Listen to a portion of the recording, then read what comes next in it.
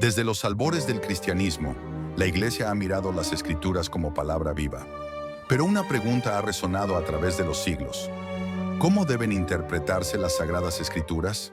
¿Son símbolo y misterio, ocultando tesoros espirituales bajo un velo literal? ¿O son historia sagrada, habladas con claridad para instruir, reprender y consolar? Hoy cruzamos las edades para asistir a un encuentro imposible pero necesario. Orígenes de Alejandría, siglo III, padre de la exégesis alegórica, lector del alma y el espíritu escondido en las Escrituras. Juan Calvino, siglo XVI, reformador protestante, defensor del sentido literal y claro del texto inspirado. Ambos amaron la palabra. Ambos quisieron oír la voz de Dios, pero sus caminos fueron distintos. Bienvenidos a este singular encuentro. Hoy abordamos una de las preguntas más fundamentales de la teología. ¿Cómo se desvela la verdad divina en la palabra escrita? Nos acompañan dos gigantes de la historia del pensamiento cristiano. Permítanme presentar primero a Orígenes de Alejandría, figura cumbre del cristianismo primitivo del siglo III. Orígenes fue un prolífico teólogo y exégeta cuya influencia fue inmensa. Él sostenía que la Escritura posee un sentido literal, pero que este a menudo es solo un cuerpo que vela un alma moral y un espíritu alegórico. Para Orígenes, la verdadera sabiduría y los misterios divinos se encuentran al trascender la letra para buscar el significado espiritual oculto, especialmente cuando el sentido literal le parecía indigno de Dios o contradictorio. Y junto a él tenemos a Juan Calvino, el influyente reformador protestante del siglo XVI. Calvino revolucionó la teología y la interpretación bíblica en su tiempo. Para él, la claridad y la autoridad del sentido literal y gramatical de la Escritura eran primordiales.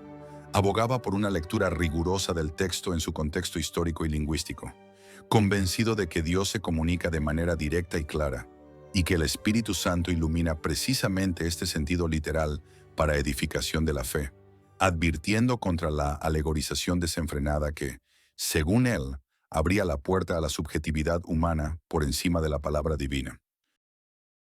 Ahora sí, Orígenes de Alejandría. ¿Podría comenzar usted exponiendo su visión sobre la naturaleza de la interpretación bíblica?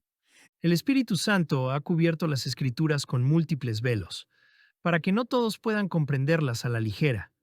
Como escribí en De Principiis, hay pasajes que, si se toman literalmente, resultan indignos de Dios. ¿Acaso Dios planta un huerto como un labrador? ¿Acaso se pasea al atardecer entre árboles? El texto literal es el cuerpo, pero solo al penetrar al alma y al espíritu del texto se encuentra la vida, la mente de Cristo y los designios eternos de Dios. La alegoría no es fabricar, sino descubrir el sentido más elevado que Dios mismo escondió para los que le buscan con reverencia. Una perspectiva que invita a la profundidad. Juan Calvino, ¿qué objeciones o puntos de contraste encuentra usted en esta aproximación? Dios no ha hablado en acertijos. La Escritura es la boca del Altísimo.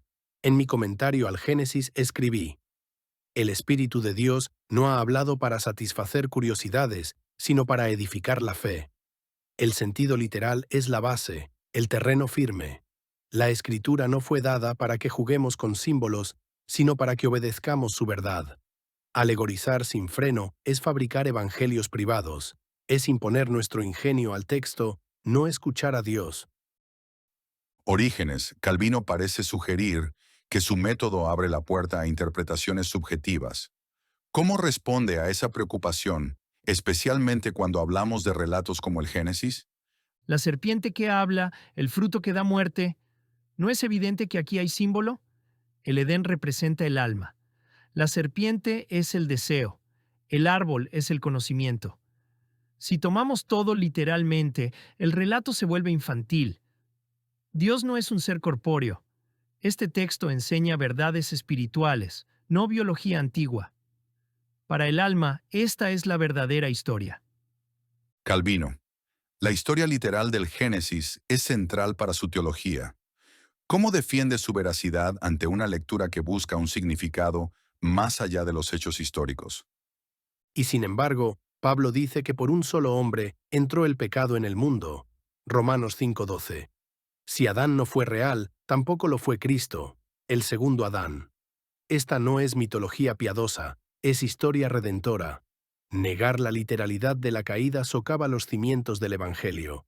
No negamos que Dios usa figuras o tipos, orígenes, pero estos surgen del texto histórico que Él inspiró, no de una imaginación desatada. Orígenes, en el caso del Cantar de los Cantares, muchos interpretan su literalidad. ¿Por qué insiste en un sentido alegórico?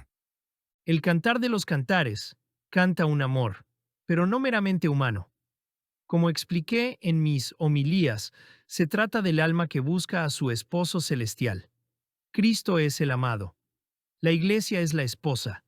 ¿Por qué incluir un poema erótico en el canon si no hay aquí un sentido espiritual más alto, un misterio nupcial divino? La letra, por sí sola, no puede contener la plenitud de esta revelación. Calvino, ¿es posible que el texto tenga múltiples capas de significado? ¿O debemos ceñirnos a lo que el autor pretendía directamente? Dios ha creado el amor conyugal y lo ha bendecido. En mi comentario dije, no veo motivo para rechazar que Salomón celebrara el amor legítimo entre esposo y esposa. ¿Puede este amor prefigurar a Cristo y la Iglesia?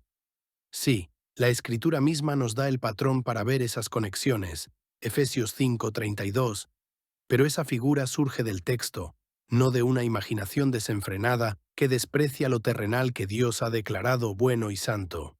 Cristo enseñó con parábolas, sí, pero Él mismo las explicó. Cada símbolo tenía un sentido claro, delimitado. Cuando los hombres convierten toda la Escritura en parábola, hacen del texto un espejo de sus fantasías. La palabra es lámpara, no laberinto, y el Espíritu Santo ilumina su claridad, no la esconde más. Orígenes, usted ha mencionado la idea de que la verdad puede estar velada. ¿No cree que eso contradice la idea de la Escritura como una guía clara para la fe? Pero Cristo también dijo, a vosotros se os ha concedido conocer los misterios del reino. A ellos no. Mateo 13:11.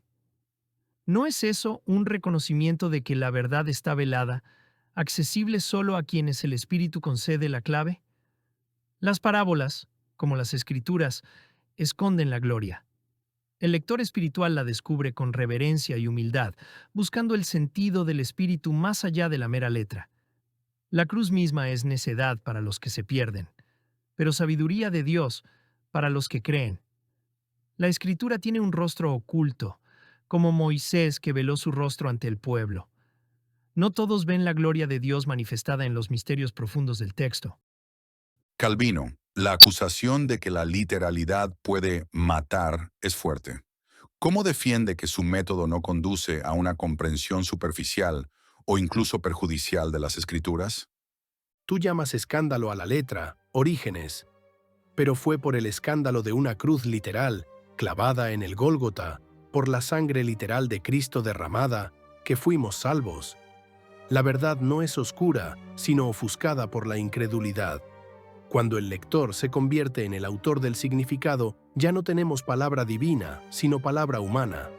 He visto a los escolásticos hacer de cada piedra del templo una virtud, de cada número una profecía. Así se ahoga la verdad en un mar de fantasías. La Escritura es suficiente en su claridad para que todos la entiendan. Orígenes, ¿qué riesgos ve usted en una adherencia estricta al sentido literal, sin buscar el espíritu detrás de la letra? Y he visto a otros tropezar con la letra, escandalizados por las guerras, por las leyes antiguas, por las imágenes crudas. Sin el sentido espiritual, muchos pierden la fe. Solo el espíritu da vida. La letra, si se absolutiza, mata y confunde, porque no revela la sabiduría oculta de Dios. Las Escrituras son un jardín sellado. El alma que entra con temor y deseo encontrará en ellas los misterios del reino. No todo está a la vista. Dios se complace en esconder su gloria para que el humilde la descubra, para que el buscador espiritual sea transformado por la verdad más profunda. Calvino, para cerrar, ¿cuál es su exhortación final a quienes buscan comprender la palabra de Dios? La Biblia no es un espejo de lo que queremos ver, sino una voz que debemos oír. Es clara, suficiente y poderosa. No está oculta a los fieles, sino abierta a los humildes por el poder del Espíritu Santo. Obedezcamos lo que Dios ya ha dicho, en su sentido más directo y verdadero. El debate no ha terminado. Cada vez que abrimos la Biblia, la pregunta vuelve a surgir. ¿Leemos para descubrir lo que Dios ha dicho o para proyectar lo que deseamos oír? La voz de Orígenes susurra desde los misterios del alma. La de Calvino resuena desde la claridad del texto, pero la palabra permanece. ¿Y tú? ¿Cómo la leerás?